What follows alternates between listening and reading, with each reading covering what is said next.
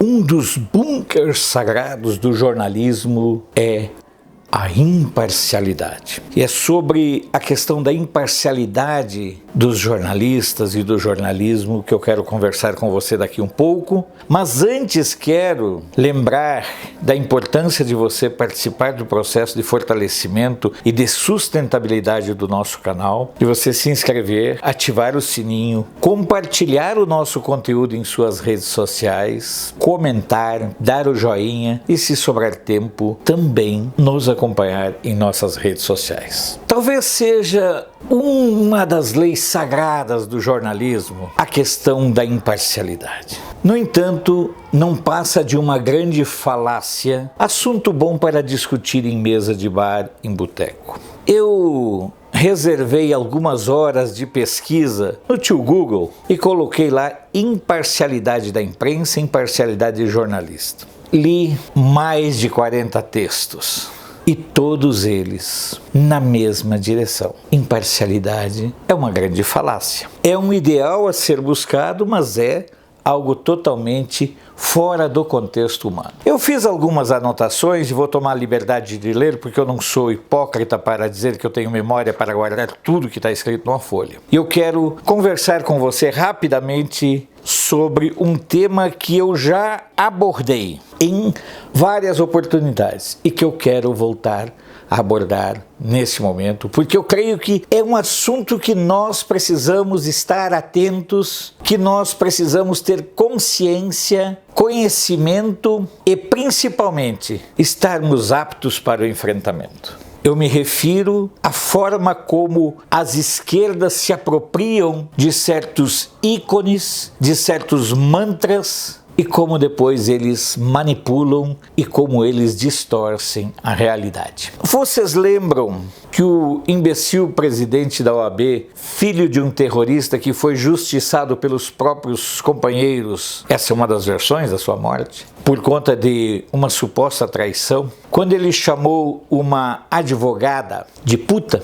Vocês escutaram alguma reação das feminazes, da Comissão de Direitos Humanos, da própria OAB? Alguém se posicionou em defesa daquela advogada? A ONU? Alguém falou alguma coisa? Nada. O mais assustador e vergonhoso silêncio. Vocês lembram quando um advogado muito famoso aqui por Brasília, e famoso não pela qualidade do seu trabalho jurídico, mas pela eficácia do seu trânsito junto a magistrados, quando esse advogado atacou de forma estúpida, de forma de sarjeta, atacou a ministra Damares, e quando foi se retratar, atacou de novo? O que fizeram as deputadas? O que fez a Comissão de Direitos Humanos da OAB, porque a Damares é advogada também? Onde é que estavam as feminazes? Onde estavam as mulheres lutadoras? Vocês lembram que pouco tempo depois, eu sempre tenho que olhar o nome porque eu me esqueço, para mim eu nunca li nada dele, tal do Paulo Coelho, quando ele atacou também a Damares. Vocês escutaram alguém falar alguma coisa? Nada. É um bando de vagabundos que gostam de surfar na onda. Vocês lembram quando o débil e sequelado Zé de Abreu atacou de maneira vulgar, torpe, estúpida, imbecil, do padrão dele, a Regina Duarte? Vocês escutaram alguém se posicionar em defesa da Regina Duarte? Aquela bancada feminina lá do Congresso Nacional se posicionou? A Tabata falou alguma coisa? As atrizes falaram alguma coisa? Nada. É muita covardia desse silêncio. Mas bastou que uma delas, assumidamente de esquerda, assumidamente eleitora do PT, bastou que uma delas fosse denunciada por um afrodescendente de ter cometido assédio contra ele e botaram todos os papéis como se alguém iria mandar um assédio por mensagem de WhatsApp ou de voz. Teria que ser muita estupidez E mesmo ela sendo petista assumida e declarada, se tem algo que ela não tem, é esse nível de estupidez. Ela é estrategista.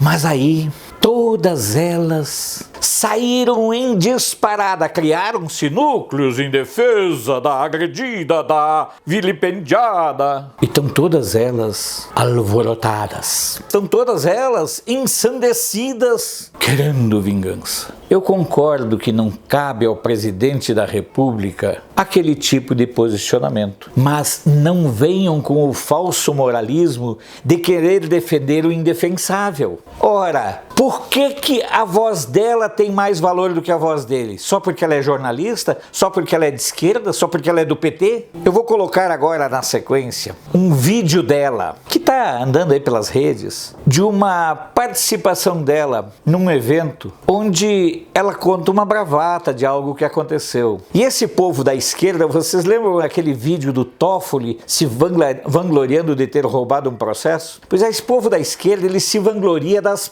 porcarias que faz. E ela se vangloriou nesse vídeo. Assiste e nós já vamos continuar conversando, que o vídeo é rapidinho, 36 segundos por aí, naquilo que está disponível e sem edição. E aí agora eu vou dar um conselho, tipo tia velha dando um conselho, tá? Se perguntarem pra vocês em quem vocês votaram, nunca respondam. Na vida, se você é jornalista, não responda isso. Fala assim, não revela o meu voto. Porque uma vez eu dei entrevista para alunos da PUC, em 2013, e no meio da entrevista eles perguntaram, e qual é o seu posicionamento político? Eu falei, eu sou uma pessoa de esquerda, eu sempre votei no PT, mas isso não influencia, eu sou imparcial, não. Só que, óbvio, editaram, só ficou a primeira parte, e aquilo viralizou.